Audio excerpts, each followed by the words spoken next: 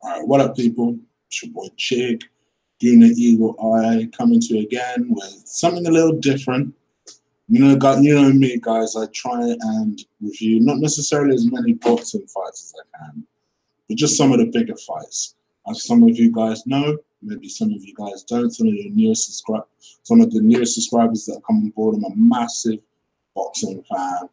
It doesn't necessarily mean that this channel is going to turn into a boxing channel if you do hate boxing, but what I will say is I'll tend to review some of the bigger fights, so all the AJ fights and some of the Dillian Whyte fights. Dillian Whyte, wow. I'll be honest with you guys. I've had a big turnaround on Dillian Whyte. Didn't particularly like him, his style, anything about him, and then it turned out that he had this heated rivalry with AJ. So I started getting more curious, and I started listening to him really talk and stuff. And I must admit to you, I'm still I'm a massive AJ fan. He's my British Nigerian brother, so he's just like me. Yeah, right. But he's a British Nigerian, so of course he will always have my undoubted support. I love Dillian Whyte, though. I love him. I love Dillian Whyte. I love everything about him. Let me tell you something. The one criticism I have about AJ is he is overly polished. Like, he'll come out, oh my gosh, him and his cliches about lying in the jungle and, you know, you got to be cream to the crop and all this shit. It's like, right, give us something actual real. Give us an actual feeling about something without you having to put cliches and shit on top of it. And that's the one criticism I'd have of him. You know, it's just he's cliche city. I still love him. I still love him. I still want him to do well. But I do have that criticism to him. So I don't tend to watch a lot of interviews with him. I don't tend to be that engaged with him. But let me tell you something. One of my favorite things on YouTube is whenever Kugan Cassius from IFL, big shout out to IFL, they're legitimately, easily the best boxing channel out there, right? An Arsenal fan as well, Kugan Cassius, so definitely give him some support. Whenever he does interviews with Dillian Whyte, to me, they're some of the best things. And he did one yesterday, 51-minute one. Well, to be honest, they had a lot of banter, which was fucking hilarious as well. But in between all that, he spoke very sensibly, you know? And that's what I like about him, you know? He'll tell you what's on your mind. You might not necessarily like it. It might not be as polished as you'd like. It might not be what exactly you'd like. But I've grown to really like and appreciate that from him. And you know what? As I've started to appreciate him as a boxing talent, sorry, as a personality, I've actually started to appreciate the talent more.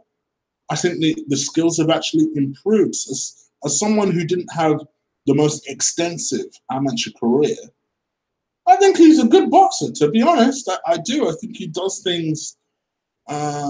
He has very underrated skill, to be honest. Is it the most polished you'll ever see? No, it isn't. But I think he has underestimated skill. I really do. I think people go in there more often than not with Dillian Whyte, and then they kind of see him as almost a Chisora type. To me, he's a better than Chisora type. Now, if you want me to be honest, and this is just me being real, I thought Chisora beat him when they fought. I did. I thought it was one of Chisora's unbelievable performances. And I would have given a nod to Chisora if I'm being completely honest with you. When I watched that fight, I watched it with the boys, and all of us said the same thing. I don't know what kind of decision that is, because Chisora won that fight. I thought Whyte finished the fight better. I still would have given it to Chisora though. But that and maybe the hilarious performances from Dillian Whyte were the only two performances where I was like, what was that? But I think he's always done what's asked of him, and he's gotten better and better and better. Very impressed with the Lucas Brown knockout. to be honest. Because, yeah, people might say, yeah, Brown was out of shape. Lucas Brown is an old man, all this, all that. My man has never been knocked the fuck out before. And he was not only, it's not like the fight was stopped by the referee. My man was put out. He needed oxygen that day. And it was a fantastic left that put him to sleep. You know, Dillian Whyte's got this wild left that almost like a Tony Bellew left, a right-hander, an orthodox stance boxer that just has an amazing left hook. Because that was what put Anthony Joshua in trouble in the one defeat he's had. Remember, Whyte is 24-1. And that's the thing he has in common with the younger Joseph Parker. Joseph Parker is 4 years younger at 26 years old. And he's lost, and he's 25-1. And they both obviously lost to the same geezer, and that's Anthony Joshua. What do I think of the performance of Joseph Parker? Because I haven't really spoken to you guys about that. I didn't do a preview about that fight. The fight played out, I'll be honest, like I thought it would. It played out exactly like I thought it would. You know, you don't knock out Kiwis, which is going to go against what I'm about to say, but let me put a pin in that for a second. You don't knock out Kiwis. They're tough motherfuckers. They are tough motherfuckers. And I felt like it would be kind of a safety first performance from AJ, and it was. It was a safety first performance from him. Kept him at his jab. Joseph Parker didn't really do anything. The irony is, let me be honest, and this is my honest assessment, I'm not seeing anyone else say this. Joseph Parker kind of boxed AJ the way Huey Fury boxed Joseph Parker. Was really negative, didn't really do anything. I mean, he probably wasn't as negative as Huey was in that fight, to be fair. But I guess I just expected even a little bit more aggression from him. But the one thing that I think will cause Dillian Whyte problems in the fight with Joseph Parker is Joseph Parker has excellent lateral movement. Very, very good. He can go from side to side, up and down very, very quickly. Will cause you to miss. His footwork is excellent. I think his fitness is on point. And I think that those things do work in the favor of Joseph Parker. He is the younger guy. And to be honest with you, over a 12-round fight, I favor Joseph Parker. I think I could see him finishing that fight better. Here's why I'm going to go for Dillian Whyte. I'm actually going to go for Dillian Whyte, in spite of everything I just said, 10-round KO. I think the momentum is with Dillian Whyte at the moment. Too much confidence there. And as much as Dillian Whyte is getting better and better and better, from what I've seen of Joseph Parker, I actually think he's slightly declining, which is really weird at 26.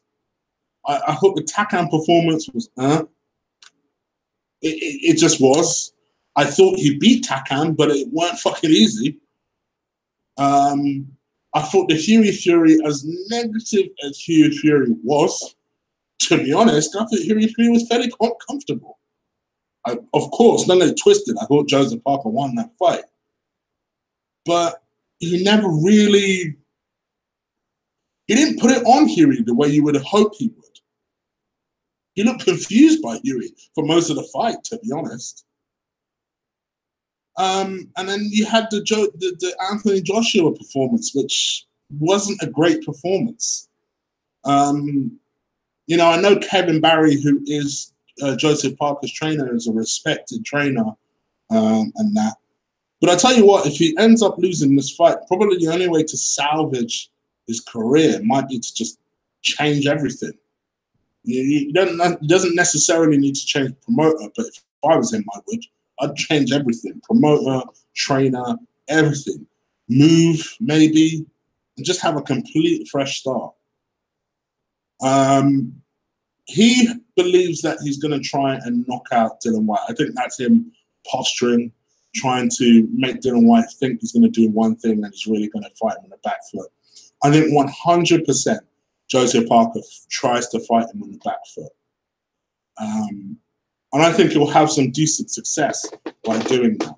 For Dillian Whyte, I think the key for him is he's got to get on the inside very quickly. I think he's the better inside fighter as well. I think Joseph Parker is the better fighter on the outside. But I think if Dillian Whyte starts hurting into the body very quickly, slowing him down, I think you might see a desperate Joseph Parker. And when that happens, if Joseph Parker fights Dillian Whyte, he'll lose 100%. I worry for Dillian Whyte a little bit if he begins to try and box Joseph Parker. I don't see that being a successful plan. Over 12, for me, if I'm Joseph Parker, I'm taking this 12 rounds. In a lot of ways, I'm fighting a similar fight to how I fought AJ, but I'm being a little bit more cute. Bearing in mind, he's away from home. Bearing in mind, he got no favors from the ref. I thought the ref did do him a little bit dirty in that AJ fight. So I think that might be playing on his mind a little bit, so he might decide to be a little bit more aggressive. If he gets into a scrap with Dillian Whyte, I see Dillian Whyte finishing him. So I think he's got to use his footwork, use his jab, just kind of like just stay on the outside as much as possible. For Dillian Whyte, I also think he needs to use his jab, but he needs to go on the inside, block a lot of shots with his arm, go on the inside, bow, bow, bow, uppercut, catch him with a nice little flurry of shots. And I think that is what will end up happening. I think that's how the fight will play out. And I'm going to go for Dillian Whyte in KO by 10 rounds. So anyway, guys, you let me know what you think. Leave it in the comments down below. Who do you see winning that fight? Dillian Whyte or Joseph Parker? Am I crazy for going Dillian Whyte? Let me know why. Also, if you like this video, crush, destroy, drop kick the shit out of that like button. All right, people, I'm out of here. I'm going to let you go. Take care.